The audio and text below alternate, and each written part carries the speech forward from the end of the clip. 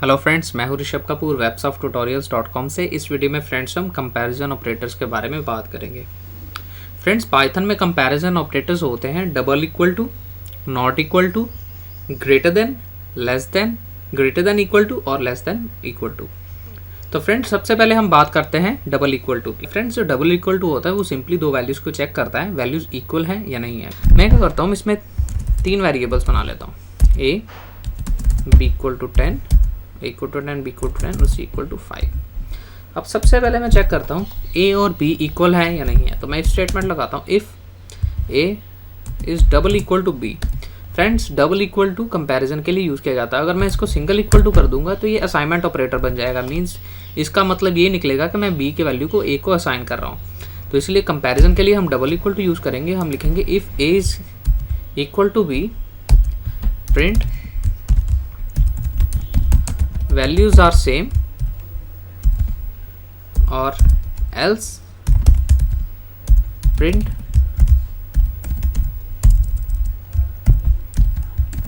values are not same।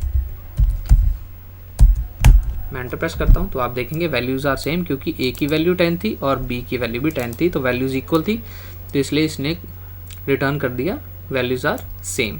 अब friends, हम बात करते हैं नॉट इक्वल टू की। फ्रेंड्स, नॉट इक्वल टू ये चेक करने के लिए यूज़ किया जाता है कि वैल्यूज़ इक्वल नहीं है तो रिजल्ट प्रिंट करें। सपोज मैं चेक करता हूँ, इफ़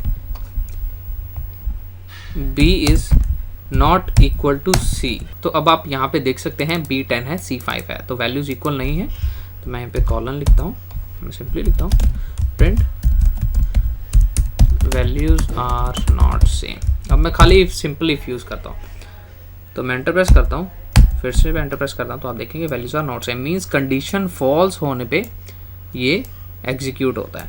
अब फ्रेंड्स, बात करते हैं ग्रेटर देन की। तो friends, greater than simply value को चेक करता है कि ग्रेटर वैल्यू कौन सी है। सपोज यहाँ पे हम चेक करते हैं, if B is greater than सी।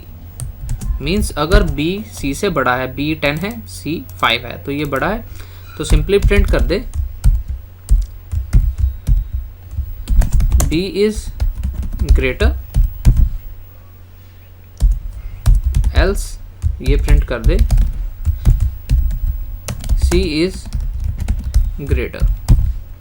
अब मैं एंटर प्रेस करता हूँ तो आप देखेंगे B इज ग्रेटर, क्योंकि इसने चेक किया if B is greater than C। अगर B C से बड़ा है, B 10 था, C 5 था, तो ये कंडीशन ट्रू हो गई, तो इसलिए इसने प्रिंट कर दिया B इज ग्रेटर। अगर C बड़ा होता तो ये एल्स पे चला जाता और लिख देता C इज ग्रेटर।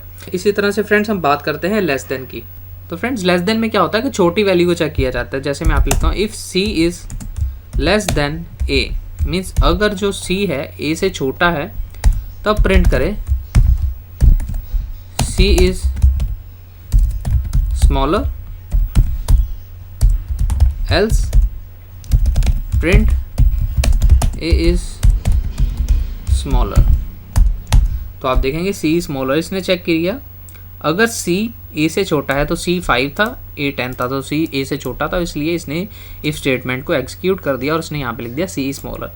तो फ्रेंड्स, अब हम बात करते हैं ग्रेटर देन इक्वल टू की। ग्रेटर देन इक्वल टू में हम सिंपली एक एग्जांपल लेते हैं वोटिंग सिस्टम का, जिसमें होता है कि अगर आपकी एज 18 या 18 से ज़्यादा है तभी आप एलिजिबल हो वोटिंग करने के लिए। तो यहाँ पर मैं एज नाम का एक वेरिएबल बना लेता हूँ। एज में दे देता हूँ यहाँ पे 18। तो यहाँ पर मैं लिखूँगा if age is greater than और equal to. Means greater than equal to ये साइन होता है, ग्रेटर देन इक्वल टू 18। मैं पहले इसको करता हूँ, फिर आपको इसकी वर्किंग समझाता हूँ। Print you are eligible for voting, else print you are not eligible. मैं एंटर प्रेस करता हूँ तो आप देखेंगे you are eligible for voting. Means इसने चेक किया अगर आपकी एज 18 या 18 से ज़्यादा है। अगर यहाँ पे 19 भी होती एज तब भी इसने कहना था you are eligible for voting. अगर एज यहाँ पे 17 होती तब आ जाना था you are not eligible. Means 18 या 18 से ज़्यादा, ग्रेटर देन और इक्वल टू। इसी तरह से लेस देन की एग्जांपल ले लेते हैं कि हम उन स्टूडेंट को क्लास में लेंगे जिनकी एज 5 ईयर्स या उससे कम है। तो यहाँ पे मैं एस एज नाम का एक वेरिएबल बना लेता हूँ जिसमें मैं एज दे देता हूँ 4। तो यहाँ पे मैं चेक करता हूँ, if S age is smaller than और इक्वल टू 5, मीन्स अगर एज 5 साल या 5 साल से कम है तो प्रिंट कर दे you can enter the class else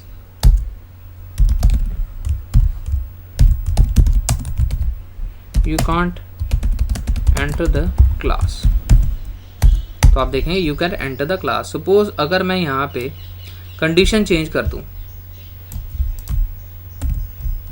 अगर मैं यहाँ पे सबसे पहले 4 करता हूँ तब क्या होगा, तब भी चल जाएगा क्योंकि हमने कंडीशन लगाई अगर एज 4 या 4 साल से कम है, 4 मीन्स 4 ईयर्स है, तो आप देखेंगे you can enter the class. अगर मैं इसी चीज़ को कॉपी करता हूँ और यहाँ पे कंडीशन अब 3 कर देता हूँ, अब हमने कंडीशन लगाई if age is less than और इक्वल टू 3, लेकिन एज है 4 ईयर्स, तो अब क्या होगा, अब एल्स पार्ट एग्जीक्यूट होगा, you can not enter the class. आपकी एज 4 ईयर्स है लेकिन एलिजिबिलिटी ये थी कि 3 साल या 3 साल से कम होनी चाहिए एज।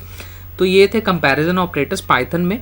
फ्रेंड्स अगर आपके जहन में अभी भी कोई क्वेश्चन है तो आप इस वीडियो के नीचे कमेंट कर सकते हैं। मेरे वीडियोस को लाइक और शेयर करना ना भूलें और मेरे चैनल को सब्सक्राइब करना ना भूलें ताकि आपको मेरे वीडियोस के बारे में अपडेट्स मिलती रहे। तो चलिए फ्रेंड्स, मिलते हैं नेक्स्ट वीडियो में।